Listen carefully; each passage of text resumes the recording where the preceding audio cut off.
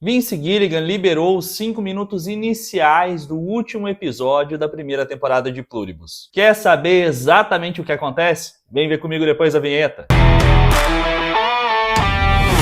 Fala, meus queridos! Eu sou o Diogo Alpendre e seja bem-vindo a mais um Viu Comigo. No maior clima de Natal, a Apple e o Vince Gilligan resolveram liberar um presentinho antecipado para os fãs. Liberaram 5 minutos do episódio final. E embora não tenham especificado isso, eu acredito que sejam exatamente os 5 minutos iniciais. Aqueles que aparecem logo antes da introdução da série. Então, acaricie o seu cabritinho Emil ou o seu animal de estimação preferido, entoe o seu cântico predileto para um ritual de sacrifício e vem analisar isso tudo junto com a gente. Já aproveita, deixa o seu like nesse vídeo, se inscreve no canal se ainda não estiver inscrito e ativa as notificações para não perder nenhum dos vídeos novos. Lembrando que ao longo desse mês de dezembro, todas as pessoas que se inscreverem, se cadastrarem como membros do nosso grupo de membros, em qualquer uma das modalidades que são ali a partir de R$ 1,99, vão poder concorrer ao sorteio de um kit completo com os bonecos colecionáveis de Stranger Things em parceria com o McDonald's. Então não perde essa oportunidade, mas agora vamos direto para o vídeo de análise dos primeiros 5 minutos do episódio final da primeira temporada de Pluribus, da Apple TV. Então, esse vídeo que foi inicialmente disponibilizado no Twitter mostra o Vince Gilligan anunciando a liberação dos 5 minutos do episódio final. E ali ele elogia os fãs pela sua curiosidade, pela sua criatividade e diz que, embora essa cena que nós iremos ver, a história dela se passe no Peru, na verdade ela foi gravada a leste de Santa Fé, lá no Novo México. E o que já nos dá aqui, mesmo antes de assistir, um baita indício de que nós iremos ver ali a Cusimayu. E para quem não lembra, é aquela imune do Peru que nós vimos naquele almoço em Bilbao junto com a sua tia e com a sua prima. E que, se vocês lembram bem, ela estava louca para ser infectada. Então faz sentido que ela fosse de repente aqui a primeira pessoa a ter aceitado que utilizassem as suas células-tronco para que pudessem adaptar o vírus especificamente para ela. E se você acompanha as nossas lives, sabe que nós teorizamos exatamente que nós poderíamos ver aqui a Cusimayu nesse último episódio, sendo infectada. Ou seja, gente, acertamos mais uma, hein? Vem com a gente! E o Vince Gilligan ainda aproveitou para divulgar que o episódio final vai ser lançado no dia 24, na quarta-feira. Embora nós saibamos que extraoficialmente ele já estará disponível na plataforma da Apple no dia 23 às 23 horas. Então, se pensarmos, todo esse material divulgado faz parte de uma estratégia para divulgar especificamente o lançamento antecipado do episódio. E ainda, para fechar essa introdução dele, ele faz uma brincadeira falando que é a hora de Pluribus.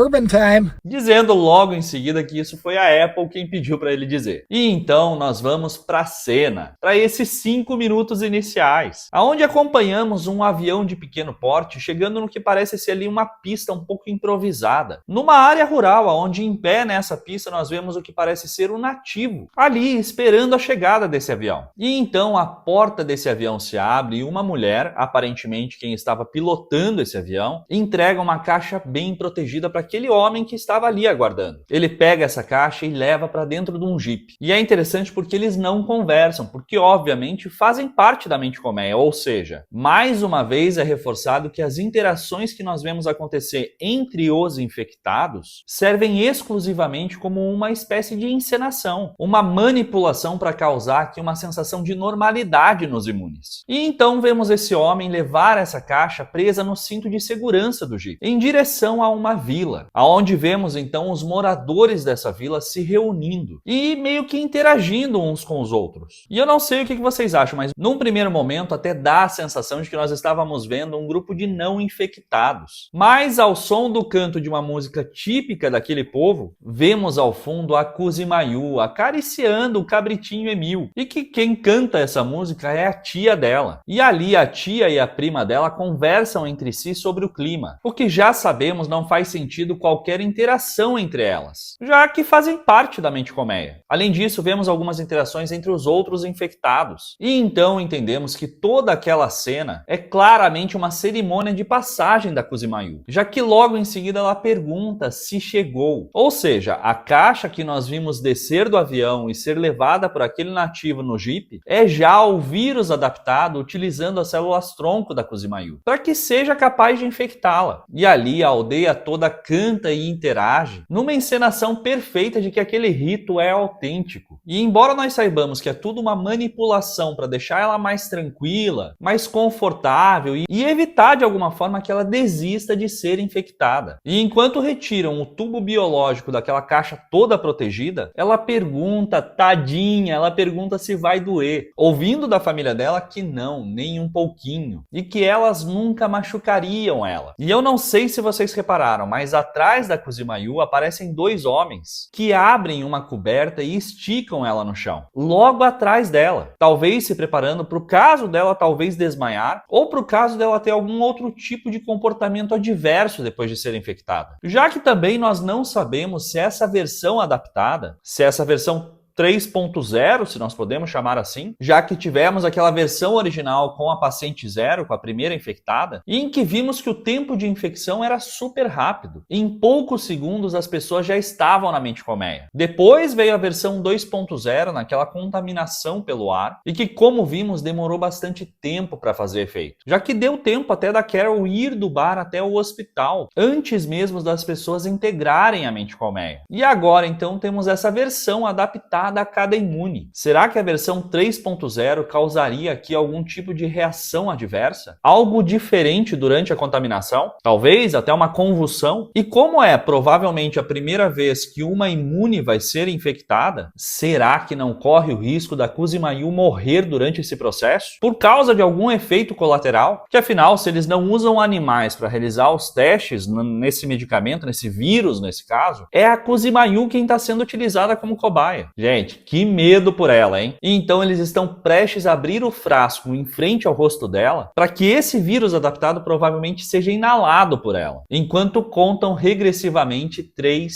2, 1. E na minha opinião, essa será a cena inicial do episódio, e que vai ser cortada exatamente aqui onde a gente viu, logo antes da introdução oficial da série. E então, assim como nós tivemos lá no episódio 7, um formato em que a Carol aparecia no início e no final, e o Manosus aparecia durante toda a parte do meio do episódio, e que no episódio 8 isso tudo se inverteu, com o Manosus aparecendo no início e no final, e a Carol preenchendo basicamente toda a parte do meio do episódio, agora no episódio final, já que veremos enfim a Carol e o Manosus juntos, enfim vamos ter esse encontro, provavelmente toda essa história entre a Carol e o Manosus vai preencher a parte do meio do episódio. E que então provavelmente teremos toda essa cena inicial, esses 5 minutos acontecendo no início do episódio, mostrando o que aconteceu antes da contaminação da Kuzimayu, e provavelmente teremos o resultado da contaminação dela no final do episódio final da temporada, gente. Então, se analisarmos bem, é possível que nós vejamos todo o dilema de decisão da Carol entre escolher em ficar com a Zoja ou em salvar o mundo, como é o próprio nome do episódio. Talvez tenhamos a Carol sendo convencida pela mente colmeia de que aquela situação não é tão má assim, e desistindo de salvar o mundo com o Manosus, escolhendo o amor em vez da guerra. Mas logo no final, depois dessa decisão e do Manosus indo embora sozinho, voltarmos então a ver a Kuzimayu